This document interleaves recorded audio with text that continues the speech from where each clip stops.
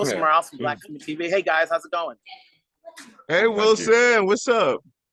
Hey, it's good to see you again. What came to you first? Is the song, the characters, or the series? And when did you want to get involved? Chris? I think the song definitely sticks out the most in my mind. I had little action figures as a kid.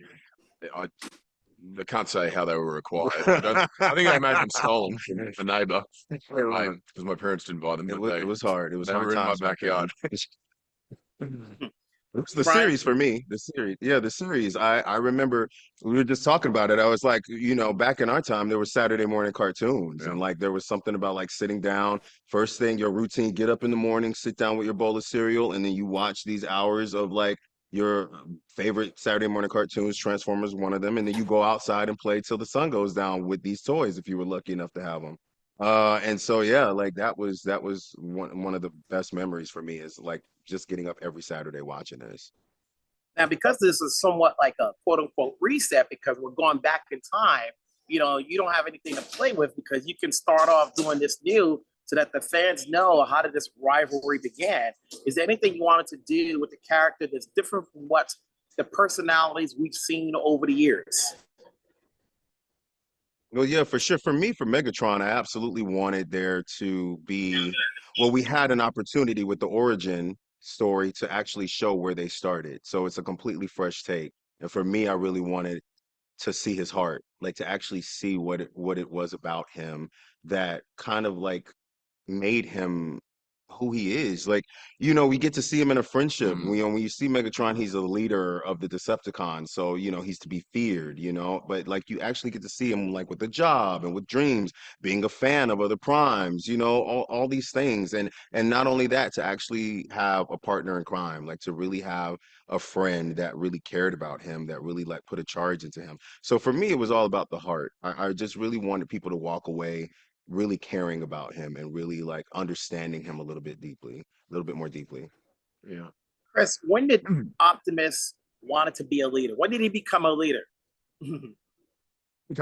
I don't think he realizes he's a leader until a leader in the film. Boo hiss. It keeps happening. It's terrible. The character of a leader has a good prep talk to it. Yes. I think there's a blind optimism to him. There's a sense of adventure. There's a frustration around being told to conform and be subordinate, and he believes she was built for something else. He believes all of them deserve something better, and so there's this unbridled sort of sense of hope that exists within him that needs to be tempered and sort of controlled and harnessed in a certain direction because he is a little chaotic and he certainly there's an immaturity there, but it's fun, and adventurous, and that was what appealed to me. It was why I thought it was a fresh take on the character because we know and love Optimus Prime, but it'd be hard to deviate from what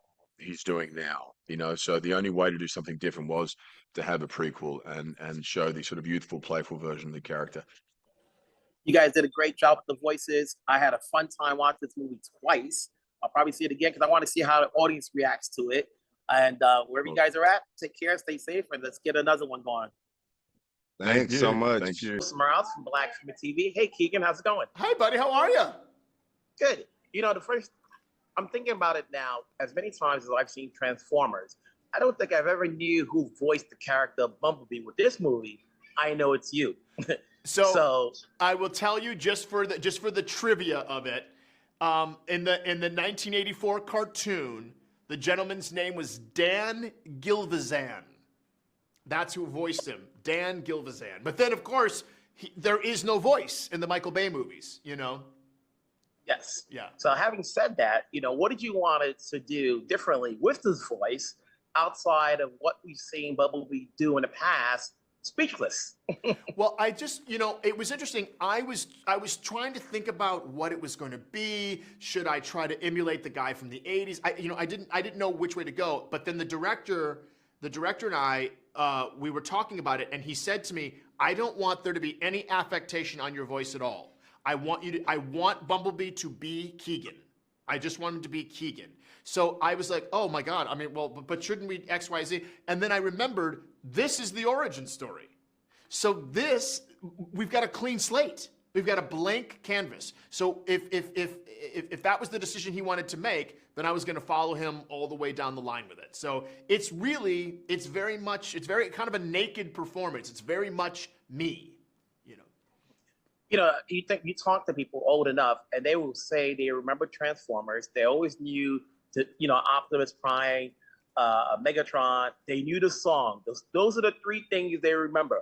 What was your first recollection of Transformers? My first recollection of Transformers was I loved the animation in the intro during the song.